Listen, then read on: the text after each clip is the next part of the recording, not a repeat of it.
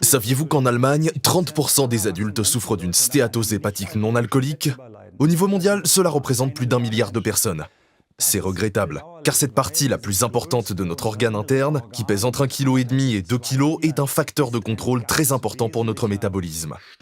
Le foie est le chef d'orchestre du métabolisme. En stockant, triant et transformant les nutriments provenant de l'intestin. Le foie lui-même a également de nombreuses fonctions, en produisant des facteurs de coagulation, en produisant des sucs digestifs et en synthétisant des protéines. Parallèlement, le foie est responsable du nettoyage de l'organisme et de la détoxification. Le foie transforme les substances toxiques en substances non toxiques. Cela produit une grande quantité de radicaux libres et potentiellement un stress oxydatif qui peut endommager le foie.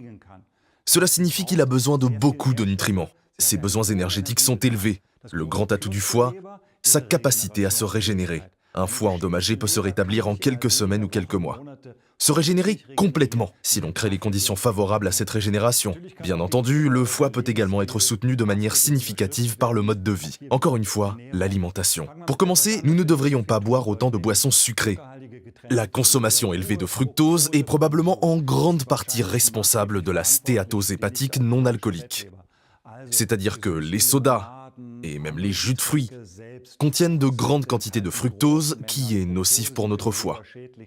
En revanche, les fruits naturels, en particulier ceux qui contiennent de nombreux antioxydants, myrtilles, mûres, groseilles, fraises, framboises, constituent un très bon soutien pour le foie qui, comme nous l'avons déjà mentionné, subit un stress oxydatif important au cours du processus de détoxification. Les fibres sont donc cruciales pour lier les toxines dans notre intestin et soulager notre foie. Mais l'eau est également un facteur primordial. Elle ne se contente pas de rincer le foie, mais favorise également l'élimination et stimule le métabolisme des cellules.